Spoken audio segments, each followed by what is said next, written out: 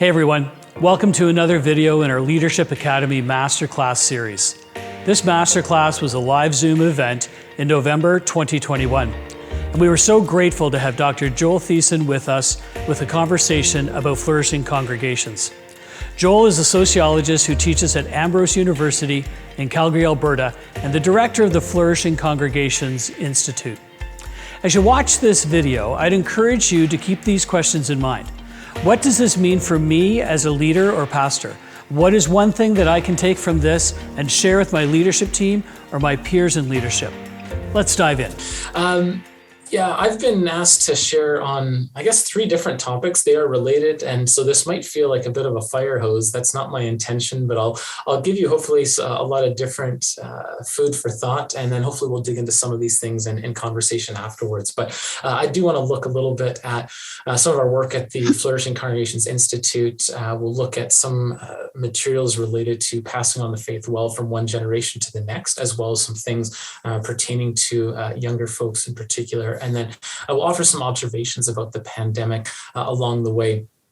Here you see 3 different books that I will draw upon as we work our way through our time together here. I'll make passing references to them at different points, and this provides some of the basis for empirical data. And as a social scientist, this is a cornerstone to hopefully what we add to a conversation such as this is empirical data, and hopefully some tools to help make sense of the very things that we are looking at as well. So hopefully these resources will be helpful. I want to begin by talking a little bit about some of the research on passing on the faith well. What does it look like to raise children, teens, young adults within the faith? And there's a lot of research out there. Here you see 2 books in particular that I would happily recommend that might be useful on this particular question. But consistently, research in the social sciences reveals that what happens in the home is the single greatest predictor of religious beliefs, attitudes, and behaviors among children, teens, and young adults as they enter their adult years. And this is sometimes lost on churches or congregations who sometimes view the church as the centerpiece of passing on the faith well. And no doubt the church matters greatly, but it in some ways is only secondary to what happens within the home. And so here's a few things that we know from the research and data on this front, that parents who share the same faith have a much higher likelihood that their children in turn will take on that faith into their adult years. As soon as you enter a context where parents are a different religion or different faith background, this weakens the likelihood of transmission by about 50%. It doesn't mean it can't happen, but we're all talking about odds and chances of what might happen long term. So sharing the same faith is really important. Parents who model, instruct, and dialogue about the faith. So modeling, that is, they actually do the things they're encouraging their children to do. So if you encourage your children to attend Sunday school, for example, but dad's at home watching NFL on Sunday mornings, for instance, this communicates a mixed message. And so actually doing the things that we believe children or teens ought to embrace, whether it's attending religious services or praying or religious scripture and so forth. Instructing, actually talking about one's faith and explaining to our children why it is that we believe the things that we do, why it is that we think particular practices and behaviors are especially salient. And so I remember growing up that my parents taught me when I had my first paper route that the first 10 cents goes to the church and the next 10 cents goes into your savings account and these kinds of things. And then they explained to me the concept of tithing and why that was important within our family. And this kind of instruction has remained throughout my entire life because of what I was raised to believe and to behave and so forth. And then parents who dialogue with their children about matters of faith, about matters of everyday experiences that children might have in different settings, that creates an open dialogue.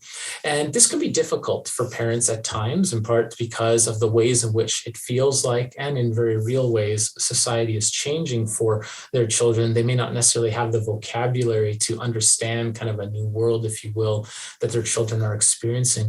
But dialogue is really important, keeping the flow of communication open. We know that children and teens are talking about a variety of issues that matter to them greatly, and we'll look at those in a moment. But if parents don't maintain ongoing dialogue, we know that children will talk about these things in other contexts with their peers, with teachers, online, and social media. So having parents as an important part of that can be quite integral to passing on the faith well. Third, a close relationship with parents is invaluable. We know that religious attitudes and behaviors are very much shaped and grounded in our social ties and connections and networks, such that close relationships between parents and children can both encourage and foster higher rates of religiosity, but when distant, can actually adversely affect a child's religious attitudes and behaviors. So close relationships are key. Children and youth who are actively involved in a congregation. The more social contacts that young people have with a faith community outside of their family context, the stronger the likelihood that those youth and young adults will remain involved within not just congregational life, but personal beliefs and practices and an overall religious way of being, so to speak. And so those social ties and outlets can be particularly important, especially in an increasingly secular context where there are fewer religious prompts, if you will, in day-to-day life and different social institutions that people are involved in. Positive adult influences. Beyond parents, it's important to have other adult influences, mentors, if you will, youth leaders who are positively speaking into young people's lives, not just about faith and faith formation. These are, of course, quite significant and important, but about their lives overall. And we know that research consistently points toward young people desiring other adult influences within their life and how positive those can be over their faith formation. And then finally, I mean, the list could be much more exhaustive, but responsibilities given to young people at church. Later on, we'll talk about leadership development, but creating meaningful opportunities for young people to be involved and to have a sense of ownership and leadership, we know can be quite integral to their own faith formation and their propensity to want to hang around a congregation short or long term. So a very quick cursory overview. These two books that you see on the slide are excellent resources that unpack these things, rich with sociological data and interpretation, but also with a practical bend that can be quite useful, I think, to church and denominational leaders who are working within this space. So this provides a bit of an environment for what passing on the faith looks like, starting within the home and then branching out to congregational settings. Now I want to dig a little bit more into young people, into millennials in particular, and how they are viewing and experiencing the world that might help us to think about passing on the faith well, and also think about potentially congregational life and the pandemic. Now, one of the things, those of you who are familiar with this space, who have read in this space, will know that, or perhaps begin with the question of, well, what do we mean by a millennial? What year do they need to be born in? What's the cutoff points, etc.? And our collaborative work with Reginald Bibby, myself, and Minetta Bailey reveals throughout the sociological literature that it's a fairly arbitrary term by which we measure cutoff points for millennials. So you'll read some sources that will talk about 1980, 1981, 1985, and so forth. And frankly, it's hard to imagine people being drastically different in outlook and orientation based on those cutoff points within a few years or even half a decade. And so I'd say don't get too caught up with that. The way in which we approach it in our book is we start with 1986 and we use a 20-year interval. We actually go back to the baby boomers as our starting framework, that 20-year period between 1946 and 65. And we just follow 20-year intervals thereafter as a way for talking about this particular group for comparison purposes. Among the many topics that we explore in the Millennial Mosaic, we look at things like values and concerns that millennials have, views on sexuality, family, religion, and the future. Within all of these different topics, there are a few underlying threads that we notice about millennials in Canada. Pluralism, individualism, and choice are things that reign supreme across younger demographics in particular, and that these values are enhanced very much so by technology, the advent of the internet, social media. I want to say just a few things about each of these. Pluralism. A pluralism of worldviews and experiences, whether it's sexuality or gender, race and ethnicity, religion, politics, and so forth. There is an underlying value for a plurality of views and approaches to that. They have been raised within family context, educational context, media and social media environment that values pluralism and diversity, that this is a social good that is highly esteemed. Individualism. Millennials do not want others to tell them what they ought to think or how they ought to behave.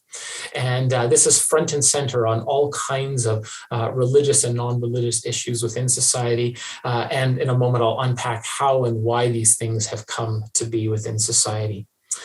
And then third, choice. A deep value for and desire for choice, that you can be anything you want and you can be anything that you want to be, whether it's gender, sexuality, you can enter a family arrangement or not, any kind of career, schooling, all these kinds of things. There's this social narrative that the world is your oyster. There's many choices out there, that this is a prized value, and that you can and ought to choose what it is that you want to be.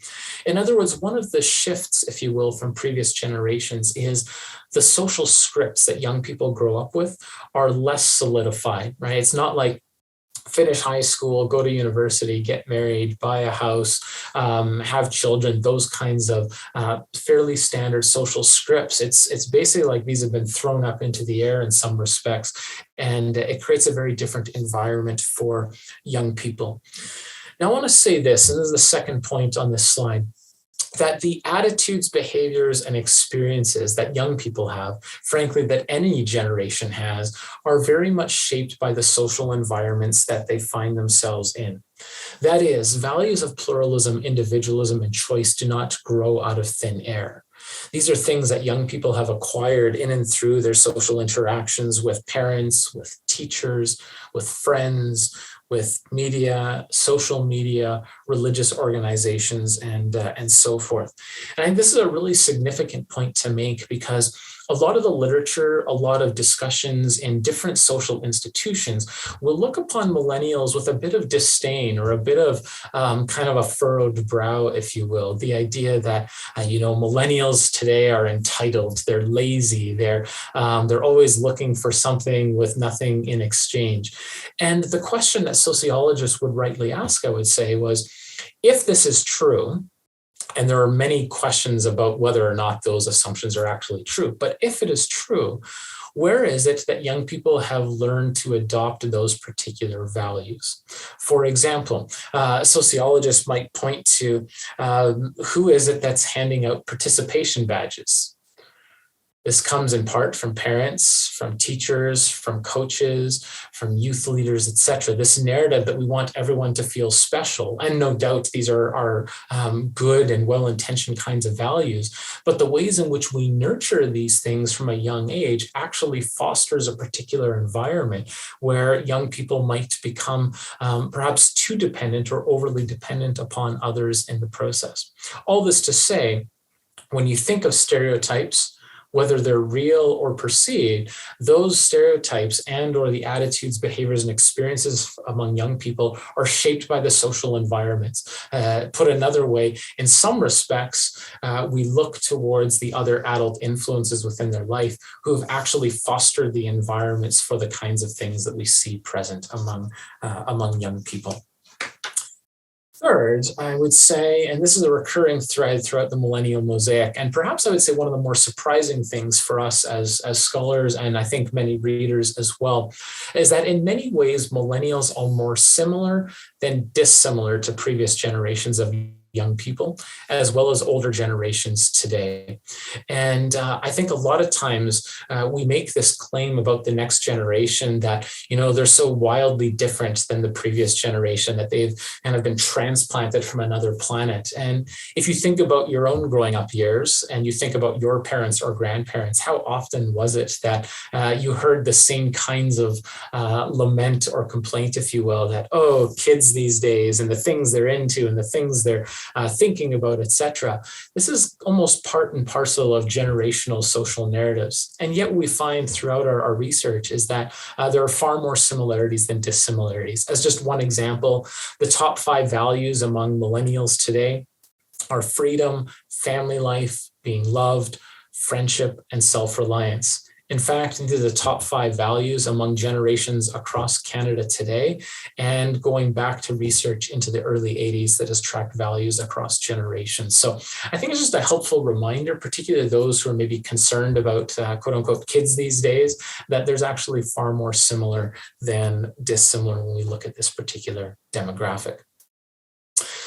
What I want to do in this next section is look at a few social concerns that young people have, social and personal concerns, and provide some comparisons during the pandemic year. Now, in mid-December of 2020, so about a year ago, Reginald Bibby partnered up with public opinion research firm Maru Blue to re-examine some of the things that we had just published a year prior to that, right before COVID descended upon us all, to compare some of our research with what is happening during the pandemic. And other scholars are tracking some of these things during the pandemic as well. So I'm going to tease out some of that data. I'd invite you to visit Reginald Bibby's website, where you'll get far more data on this front at reginaldbibby.com, and you can see some of these things as well. So here's the first thing I want to say. When we look at social concerns, as you see on the chart in front of you, it's important to know that social concerns ebb and flow as society around us changes.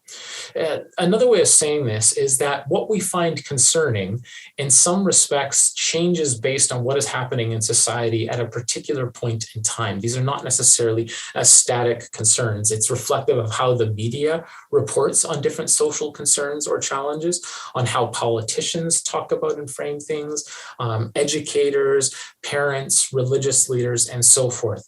And in these contexts and spaces, we are socialized to see things or some things as more concerning than others.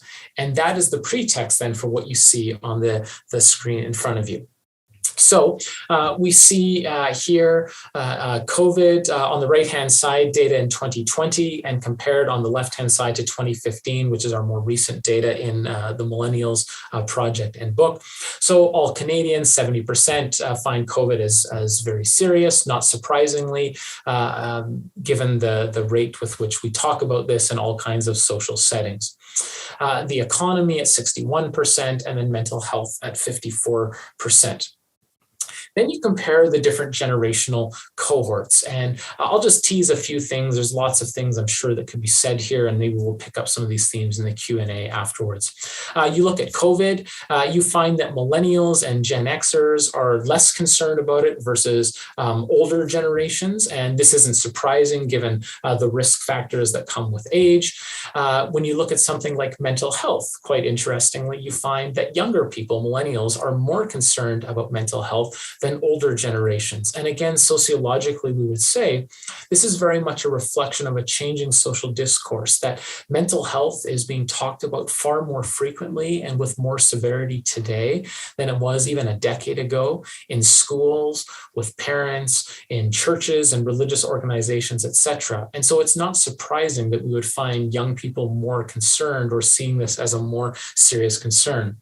Now, what's interesting is through the pandemic, there's a lot of talk about the impact of this on young people and their mental health and well-being.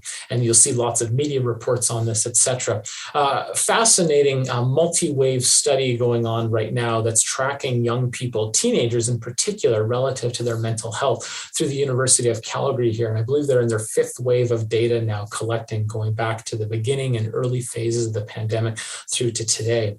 And what you'll find find is that while mental health is certainly a concern for young people, there's about a quarter to a third who would say that various indicators of mental health are quite severe or significant.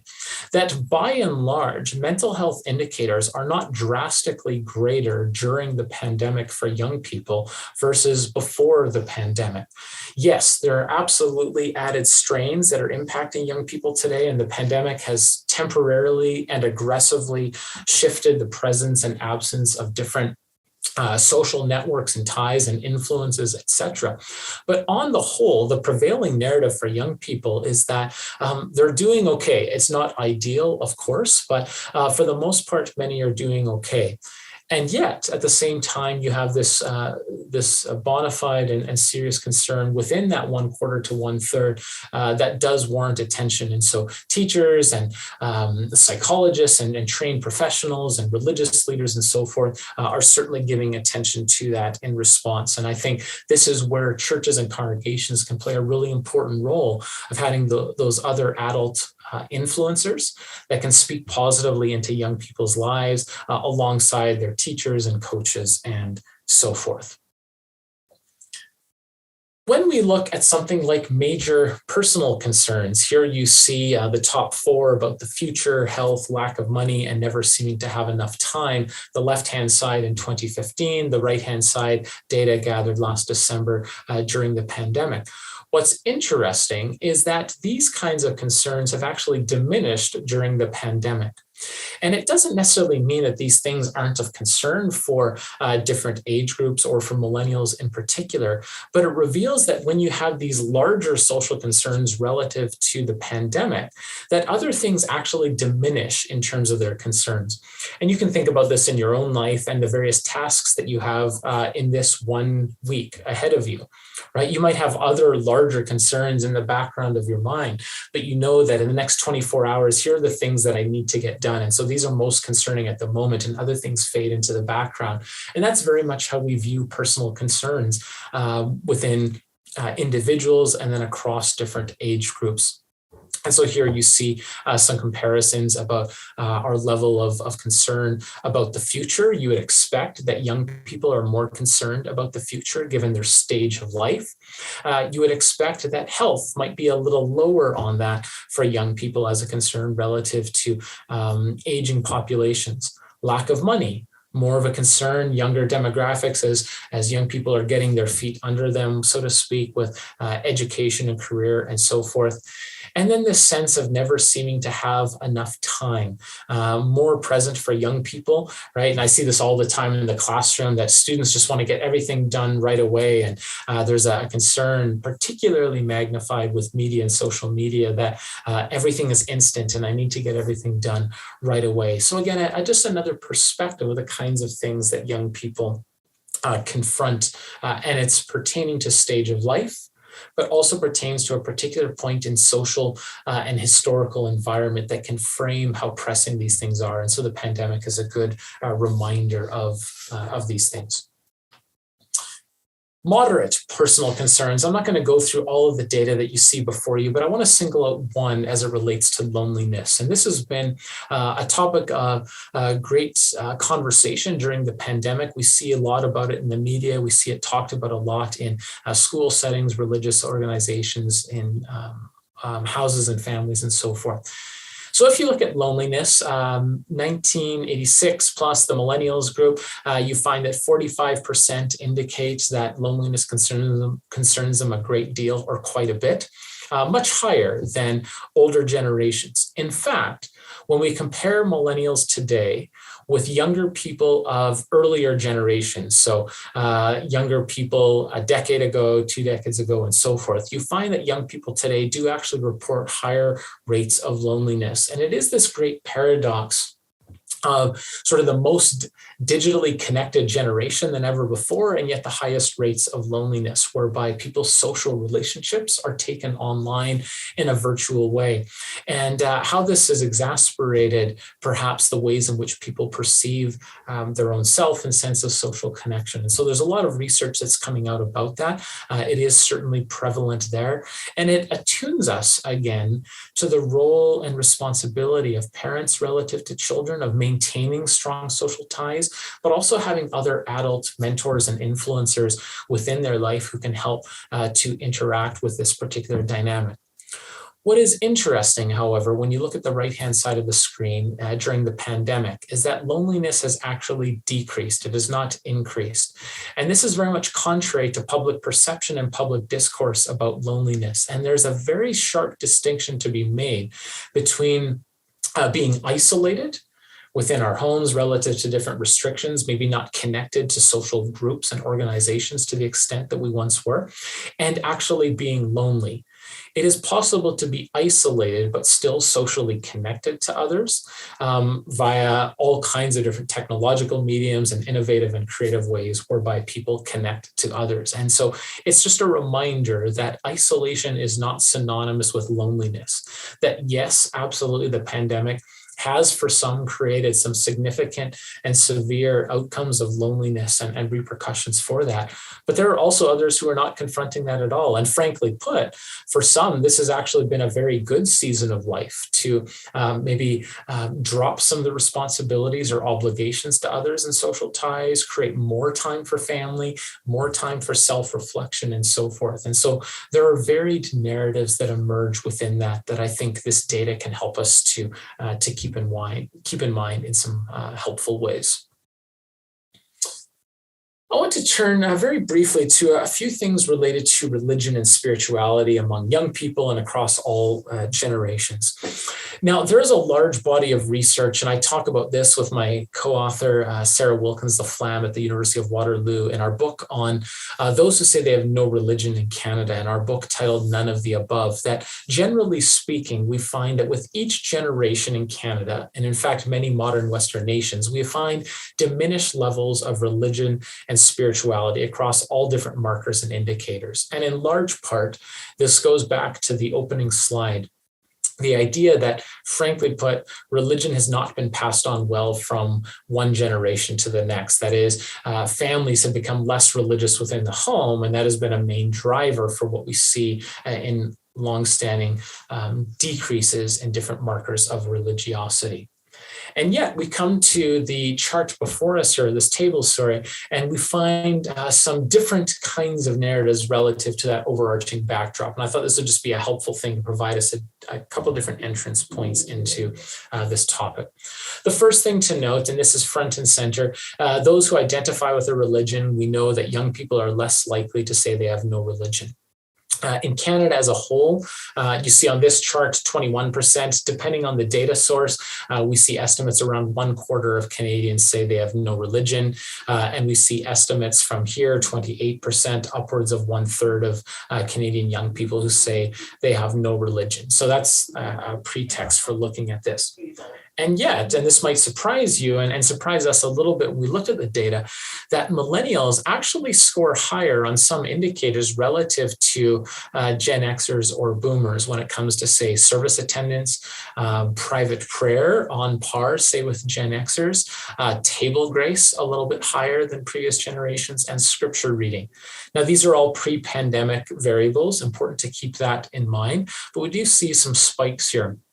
And one of the questions sociologically we want to ask is, well, why is that? What is potentially going on there? If you were to parse out different demographic groups, what's actually driving this? And one of the lead explanations in the data, and this came about just a couple of weeks ago as well, there was a brand new study that came out from Statistics Canada on general social survey data that reinforced this argument.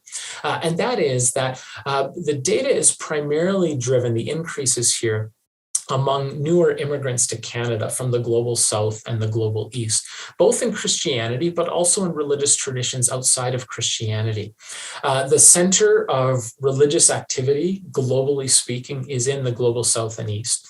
And one of the major impacts on religious life in Canada today is impacted by that immigration flow. And so groups like Catholics and evangelical groups, Baptists, for example, will be the recipients of immigrants who we know are far more conservative, far more devout and committed to their faith. And this is in large part driving some of these figures among young people today, particularly in the first generation and 1.5 generation, where you have larger family sizes. So just sheer demographics are larger that are driving some of these variables. What remains to be seen, though we have some initial data, is what will happen to second generation youth and third generation. And for the most part, we see that those levels of religiosity do actually wane. They actually cool over the course of time, with the exception of Muslim youth. And I won't, for the sake of time, go into that today, but there are a series of distinctive factors there that are maintaining perhaps higher levels of religiosity, and to a slightly lesser extent among some evangelical traditions as well. So this gives you just a quick snapshot of some of the data that is there among young people on religion and spirituality. What impact will the pandemic have on religious beliefs and practices across the different generations and among young people in particular is a great question of great concern for many. Some of the data that is emerging, and if you visit our Flourishing Congregations website at flourishingcongregations.org, under our resources tab, we've provided a list of different research studies that have been tracking the pandemic and the impact that it has on congregational life. And so we have a number of different reports and articles there from different scholars who are tracking this. But by and large, the data suggests that those who are actively involved in their church pre-pandemic have by and large continued to be involved during the pandemic, whether it's watching services online or attending services in person. And that is these folks who will most likely continue to be involved when restrictions are lifted in their various forms. Now, there are some who are trailing off. We all, I'm sure, can cite anecdotal experiences, and that is happening. But by and large, those who were actively involved before continue to be, and anticipate that they will be actively involved afterwards in various forms within their religious life. A lot more that could be said there, but just kind of an initial touch point, and maybe we'll return to this later on. In the final section of our time together here, I want to turn to some of our research at the Flourishing Congregations Institute that builds on some of these ideas of young people and passing on the faith well, and congregations flourishing in and through the pandemic. This material builds on our book, Signs of Life, based on interview data with over 100 church leaders across the country, Catholic, mainline, conservative Protestant churches, as well as a survey with over 250 churches and over 9,000 respondents, again, across these different denominational sectors, different regions, urban and rural, large and small congregations, etc. And in that book, we look at 11 different markers of flourishing in congregational life. I'm just going to look at two of them briefly, and to kind of whet the appetite in the particular context of youth and young adults and so forth. One of those pertains to leadership, and I want to borrow a concept known as Keychain Leadership out of the book titled Growing Young. And this concept, this metaphor, builds on the idea that in every church you have those who hold the physical keys to the building and to the rooms within the building. And keys represent leadership. Those who have keys are in positions of leadership, they're in positions of power. And that churches who flourish are ones that include those in positions of power who hold the keys lightly. That is, they seek to share those keys, those positions of leadership with others. They are fostering and developing other leaders. And how integral that is for leadership formation and for spiritual formation, that giving the opportunity for young people to enter into positions of leadership, their own discipleship and spiritual formation is coming into being. And young people's voices play an important part and role within congregational life. And this is critically important for churches just from an organizational standpoint, for their sustainability and flourishing short and long term, right? If churches don't invest in the next generation, you're only 1 or 2 generations away from not existing as a local congregation. And so this dynamic is particularly important within congregations who are flourishing. I want to share a few pieces of data out of our large national survey data. And you'll see a few questions here, and then some comparisons between congregations where respondents believe that their churches are growing, staying the same, or declining in size. And the thesis I want to advance here is that there's something qualitatively distinct about congregations that are growing versus declining when it comes to fostering leaders here. I also want to say, just in parentheses here, that flourishing is not assumed to be synonymous with numeric growth. There are lots of pitfalls with that kind of narrative, and yet we know that numeric growth, there still are signs of flourishing and some important organizational dynamics that are in play there. And when we look at the data and we run different statistical tests and models and so forth, these variables certainly hang together in terms of numeric growth and decline and different markers of flourishing. So our pastoral church leaders take seriously the advice and ideas offered by attendees within our congregation. And there you see about 3/4 of those in growing contexts say they agree or strongly agree versus half of those in declining contexts. This question taps into a bit of a posture of those who are in positions of leadership who listen well to those in their congregation. And I would say particularly through the pandemic, that churches who are thriving more right now are those who are leaders who are listening well. I chair the board of my own local congregation, and I encouraged our pastors and our staff and our ministry leaders to participate in activity like this, to listen to those in our congregation of what they believe is working well and not working well during the pandemic and our church's responses. What do they look forward to most to in the next couple of years and so forth. And it was interesting that some of our leaders were initially reticent because of the fear of, well, people might not like what we're doing and might actually create a bit of a barrier there. And I would suggest, as we look at some of the sociological data, that actually the exact opposite is in play here, that when you open up space for dialogue and conversation, this actually can help to build and foster trust and rapport with leaders if sort of done well and right. And of course, these grow out of a particular historical context within church settings. But this is kind of the ideal, if you will, that some would work toward. All right, what about pastoral and church leaders in our congregation appearing to delegate or share tasks with others? Here you see almost 9 in 10 in growing context versus 7 in 10 in declining context. Here again, thinking about passing on the faith well to young people. Are we sharing and delegating tasks with others? I can share lots of examples and stories, and we do so within our book, of churches who are doing this well, who are creating meaningful opportunities for young people to be actively involved in their congregation in ways that are both helpful to the individual in their faith formation, but helpful from a strategic and organizational standpoint for churches who are cultivating and building leaders. And the more leaders that you have, particularly in volunteer capacities, how that helps churches to flourish, notably during a pandemic where you require volunteers to serve in a variety of capacities, to think creatively and in imaginative ways. And then third, and finally here, when it comes to flourishing in leadership, developing new non-pastoral leaders is ongoing within our congregation. And here you see 70% of churches, growing ones, say that this is the case versus 42%. If I was a church leader and I was looking at this data and I was thinking about this from a practitioner perspective in my local church, I would be asking myself about the ways in which I am intentionally fostering the development of leaders, the ways in which I am passing the keys on to the next generation.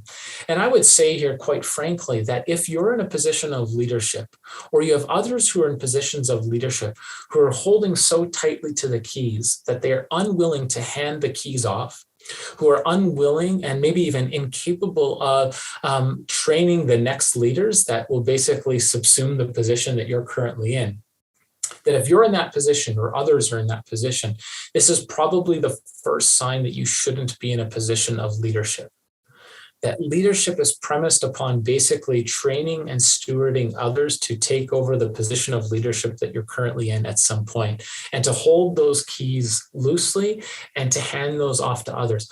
And so in what ways are you intentionally fostering and developing leaders within your particular ministry areas? In what ways do you encourage other leaders within your church to do so? And in what ways do you actually evaluate yourself and others and their abilities to lead well relative to a question like this, to lead others and develop other leaders within your congregational setting? So a few things on leadership that hopefully born out of data, and we have more of this within the book, and some concrete examples and questions that might help churches toward that end. The second and final thing I want to say about congregational flourishing pertains to innovation. And when we talk about innovation, we're talking about the introduction of something new or altering something that was already established. Now, we interviewed over 100 leaders across the country pre-pandemic, and they told us time and again that an important catalyst for flourishing in their congregation's life was that they innovated, they experimented, they tried new things. And for many of them, this was because their back was against the wall. Perhaps their numbers were declining to such a point that if we don't try new things, we're going to have to close. And frankly, we have nothing to lose here. And so we're going to throw everything at the wall. We're going to innovate. We're going to experiment and try new things. And now, the pandemic has forced all churches into that place that we had to innovate, we had to pivot, we had to adapt. And this has forced churches to think in different kinds of ways, to take risks. And I find this image is quite helpful. I heard this from one of the church leaders that we interviewed, who said, I think about this in a theological way of getting out of the boat onto the water and taking a risk into the unknown, not knowing what will happen, but needing to take that leap of faith and to innovate in these ways as an integral part of our ministry in our local church. And so I found this metaphor quite helpful for churches now through the pandemic and coming out of the pandemic. What does innovation in particular look like to take some risks to get out of the boat? Here are a few questions we have as part of our survey pre-pandemic, and these are things we're going to track now coming out of the pandemic as well. We ask churches, both leaders and attenders, to talk about which of the following best describes their congregation relative to change. And on the far right-hand side, ready and willing to change, or resilient in change. And you find that those in growing congregations are far more likely to be ready and willing to change or to describe themselves as resilient to change versus those in declining congregations. And the key takeaway for our research team and other scholars within this space when it comes to the pandemic is there are some churches who have a posture and disposition toward change that say we are ready and willing to embrace those changes. We live in a changing social environment and that we need to adapt to that social environment. And those churches who have that posture and disposition, typically born out of leaders who have that posture and disposition, is a drastically different entrance point into something like the pandemic. And there again, you pay attention to the history of a particular congregation. And here I lean on Steve McMullen, a good friend and colleague in this space whose own research has looked at the historical environment that congregations are working out of when they approach things like technology, for example, within a congregational space. So those dispositions matter for how churches navigate their way through the pandemic.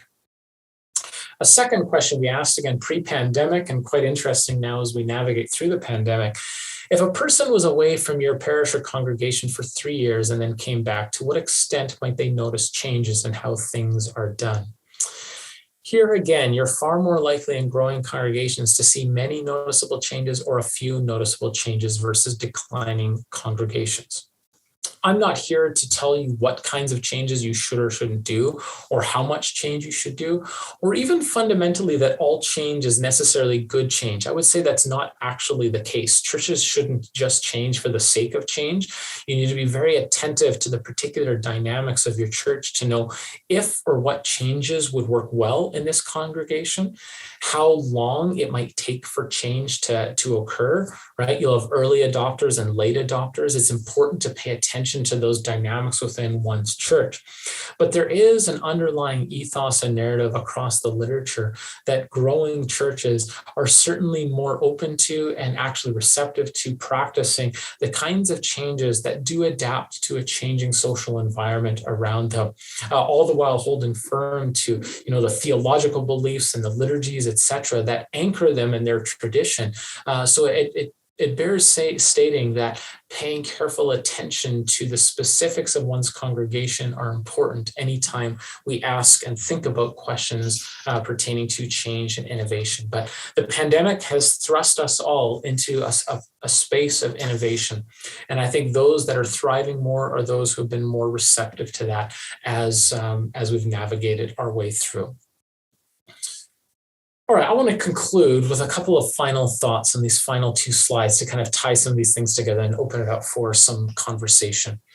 There's a classic social psychology experiment called the jam experiment. And the jam experiment goes like this. You have one group who is given a choice of 12 jams, right? You go to the grocery store, you try all these different jams and are asked to identify which their favorite jam is. Group 2 does the same thing, but they only have 3 choices of jams versus 12. And what the researchers found is that those in the group of 12 jams were far more likely to regret their decision and or to struggle in making their decision versus those who only had 3 choices to make. And the takeaway from this research, and zooming the lens back out to millennials overall and then congregational life, is that one of the challenges that millennials confront is having too many choices in the world around them, from selecting extracurricular activities to attending the right school, am I marrying the right person, these kinds of things, that this can actually be an overwhelming and debilitating experience for young people who are raised from a young age to basically value choice. Right? You can be anything you want to be. You can do anything you want to do when you grow up. That can be quite terrifying and overwhelming. And this is where there's a great opportunity for mentors, for adult influencers, and intergenerational communities to actually help young people to learn how to make great choices. It's one thing to say to a young person, here's the platter of choices. Now go and make your own choice and make a wise choice. It's quite another thing to say, you're right. And I think about this when I just came out of class before joining you today, to meet with 35 intro sociology students to say, yes, you have all these choices, but what does it mean to discern well? And to actually train young people to do that well, to come alongside them as part of their formation, and help them to discern among the cacophony of voices and noise around them. And this kind of posture and disposition can be both a prevention of and response to the kinds of personal and social concerns that we saw earlier. Congregations, ones who value leadership development, who innovate in different ways that can bring different groups together, can actually help people in some fairly significant ways. And so I want to conclude with this image. This is an image of a sculpture in Oslo, Norway, in Vigeland Park. And this sculpture is known as the Monolith. And the monolith here captures young people on top, younger generations, and older generations on the bottom. And this sculpture can be interpreted in 2 different ways. One, you have young people on the top who are basically viewed in society as the top of the ladder, and older people and older generations are basically discarded within society, kind of set to the side. A second interpretation of this sculpture is that older people at the bottom are actually holding up younger people at the top of the column here. In other words, younger people survive and thrive because of the foundational work that older generations play significant roles in, say, churches and congregations and society at large to help mentor and come alongside young people. That helps young people to thrive, but by extension helps all to thrive, all generations within churches and society as a whole. And so hopefully this is just a helpful metaphor and image to think about the different strands of thought that we have looked at today. So I will stop there. I know this is like a fire hose. I have sent a lot at you in a short period of time, but hopefully has whet the appetite for thinking about these different topics, and I'm very much looking forward to the conversation here. So I think I will stop there and look forward to our conversation moving forward here. Thanks again for watching, and a huge thank you to Dr. Joel Thiessen for being with us. If you're watching this in the fall of 2021, I want to invite you to register free of charge for upcoming MasterClass events, where you can join us on Zoom to engage with our guest speakers in a more interactive and enriching experience. Hit the link in the description to register. Also, make sure you like and subscribe to our CBAC YouTube channel. And we also have a bonus podcast conversations that you can find on this channel as well. Have a great week, everyone.